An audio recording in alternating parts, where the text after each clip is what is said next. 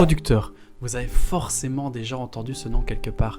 Mais si vous savez la personne qu'on associe au cinéma, avec certaines responsabilités.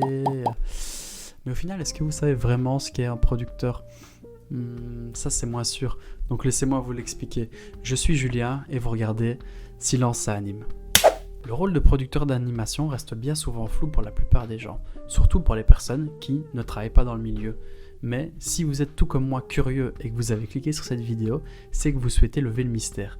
Je suis donc allé interviewer le producteur de chez Caméra etc. afin d'en savoir un peu plus.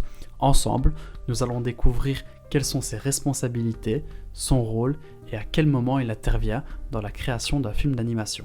Alors un producteur d'animation, qu'est-ce que ça fait ? Eh bien, comme tous les producteurs, ça va chercher des financements, ça va chercher des talents, que ce soit des réalisateurs, que ce soit des techniciens, que ce soit des animateurs pour le coup. Et ça va gérer d'un point de vue technique, d'un point de vue logistique, tout le processus créatif du film, du développement jusqu'à la post-production du film et voire parfois après jusqu'à la distribution du film. La grande différence, c'est qu'en animation, ça prend un temps vraiment énorme par rapport à un film de prise de vue réelle qui se fait dans des délais assez longs, mais quand même plus raisonnables. L'arrivée d'un producteur dans un projet est possible de deux manières. La première, c'est quand le producteur est lui-même à l'origine du projet, que ce soit un film de commande, une adaptation. Dans ce cas, le producteur va se charger d'aller chercher directement un réalisateur. Dans l'autre cas, qui est d'ailleurs ici le plus fréquent en Belgique, c'est le réalisateur qui va venir lui-même chercher un producteur avec un projet. Dans ce cas-ci, le producteur s'occupera de relire le script, de proposer des modifications si nécessaire, de consulter la charte graphique ou bible graphique. Le but du producteur ici sera d'épauler le plus possible le réalisateur ou la réalisatrice afin que le film soit de la meilleure qualité possible. Le rôle du producteur, selon moi, c'est d'arriver à faire en sorte que tous les rouages puissent se mettre ensemble pour que le réalisateur, au final, n'ait qu'à se concentrer sur la partie artistique du projet. Et c'est vraiment à lui de se dire comment on va mettre en place des outils, des méthodes de travail, des méthodes de communication, toute une logistique, toute une systémique qu'il faut mettre en place pour que, à la fin, on arrive à respecter et les délais et les budgets et idéalement faire un très bon film. Un des rôles les plus importants du producteur, c'est d'aller chercher du financement. Certains films d'animation pouvant coûter des dizaines, voire des centaines de milliers d'euros, une stratégie de financement est donc indispensable. C'est le producteur qui s'en chargera. Heureusement, ici en Belgique, nous avons la chance de pouvoir compter sur certains organismes tels que Wally Images ou Screen Brussels. Grâce à ces organismes, nous pourrons financer nos films Made in Belgium. Alors, il y a évidemment un facteur important pour le développement d'un projet, c'est l'histoire, mais de manière plus concrète, la réalité, c'est la réalité budgétaire. Parce que de ce budget va dépendre qu'est-ce qu'on peut se permettre comme durée du film, qu'est-ce qu'on peut se permettre comme engagement de personnes, et surtout, qu'est-ce qu'on peut se permettre comme temps de tournage.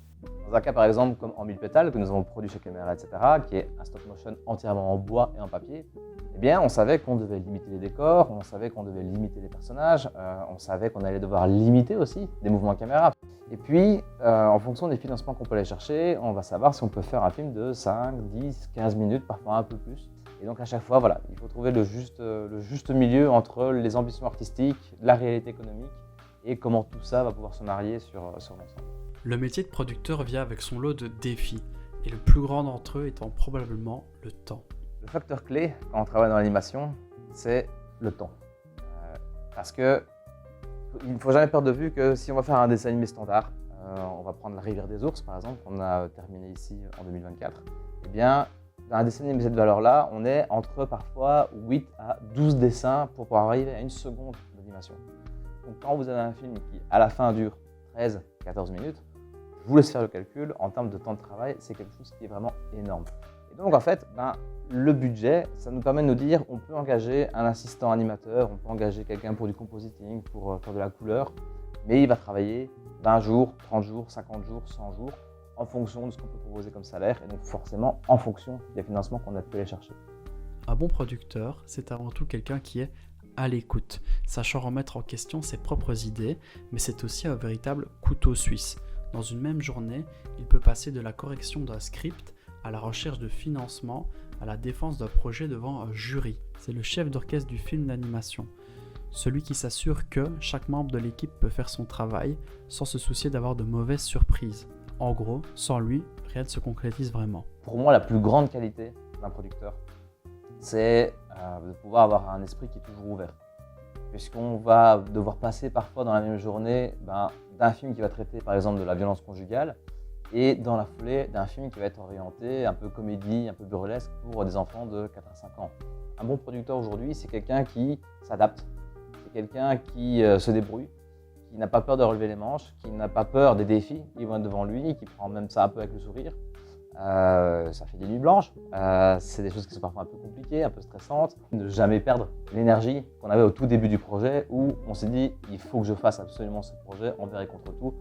Je suis né pour produire ce projet-là, entre guillemets. Vous l'aurez compris, le producteur d'animation est bien plus qu'une simple figure de l'ombre.